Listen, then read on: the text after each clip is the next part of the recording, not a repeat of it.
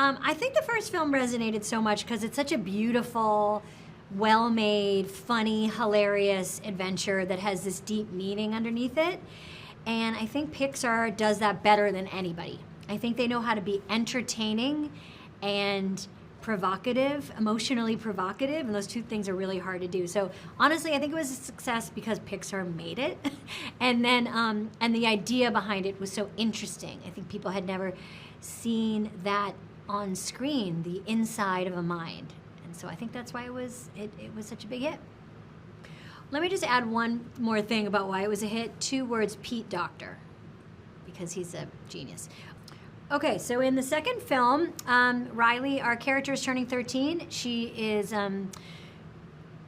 Joy kind of congratulates everyone for a job well done and thinks that their work is over, and then the puberty alarm rings and new emotions invade headquarters and take over and cause a lot of chaos. And those new emotions are embarrassment, envy, ennui, and anxiety.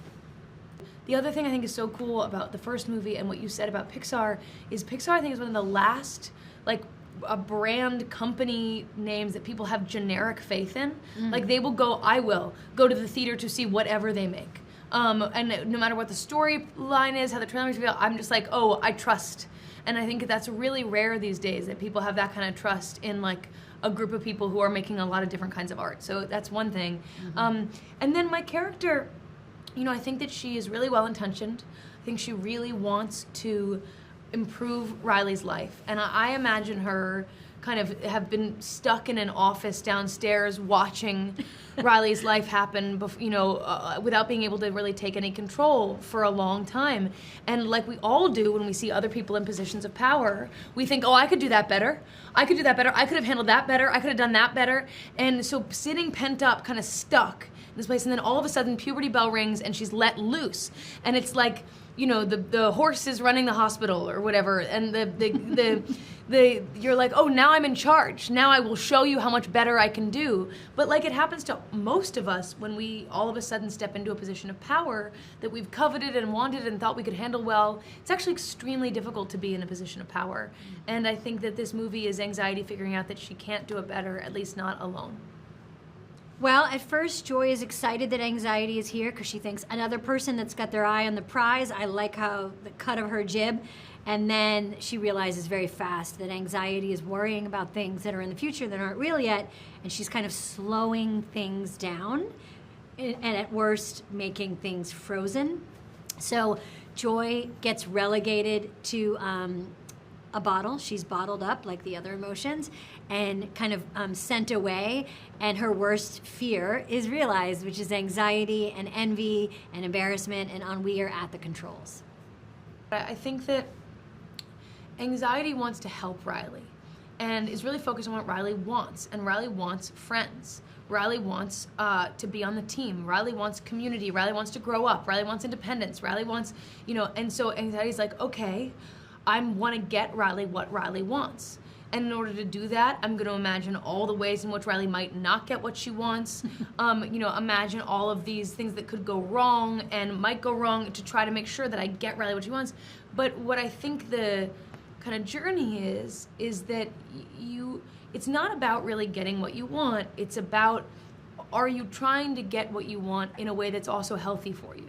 And I think that that's where, if you're just too in the moment, too joy all the time, you might just kind of bumble around and be like, oh, look at these pretty curtains, and and I love you. Yeah. And so anxiety is there to be no, you've got to try to build for your future, but not at the expense of your present. But I think she's not the villain because those are important things. It's important to worry. And it's important to strive for a better future and to work on yourself. That's important. It's just none of us are good enough on our own. One thing I love about making movies is if you go to see this movie, the list of credits of who has come to work on this film is so long. And it's such a collaborative art form. And it's such a human art form. And I think humanity is collaborative. We are no good on our own, and neither are our emotions. I think that a lot of people have a hard time trying to express how they feel. Sometimes it's easier to express how you feel through visual images, like pictures in your mind. I think why this movie is so beautiful is it gives you a visual image of what is a very conceptual, esoteric feeling, which is feelings. So I think, I don't know, like the word important is an interesting word because when you're making something entertaining, you don't sit down and go, I'm going to make something really important. But it has become very beloved because I think it allows adults to talk to their inner child. I think it allows parents to talk to their kids. I think kids like it because it's funny and deep and they love the characters. And I think it allows kids to talk to their parents. 100%. In a different way, That's too. right, yeah. So it's just like a way to connect. Wow, the filmmakers at Pixar are pretty amazing. Kelsey Mann directed Inside Out 2. He's a joy. He's incredible. He's so energetic and optimistic and in Yes. love with actors and Yeah. in love with the story. You can really see the scene playing on his eyes. When we're doing this, we don't get to watch the movie and do the voice along with the movie, but he was the movie, to me at least. Like, Yeah. he was performing it and doing it. It's incredible. I got to watch the movie, and I'd never gotten to do a scene with you, and I got to sit there and be like, oh my god, I just did a scene with Amy Poehler. Holy smokes. But I was doing scenes with him, Yeah. and he was amazing. Yeah. And so supportive. Really, like, catch more flies with honey, or kind of style creator.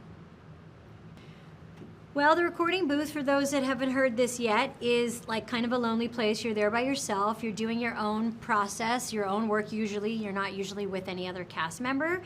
And the great editors at Pixar kind of build your performance together. And you're reading with the director usually, and you have to kind of imagine the other side of the scene. And what's great is that you can go back and fix and redo stuff. You can noodle with stuff. Pixar makes a ton of iterations of, I think there was something like 10 drafts of the script and 12 drafts of the screenings, and they tested and did it and reworked it. So you have a chance to go back. But yeah, it's a solitary experience in there.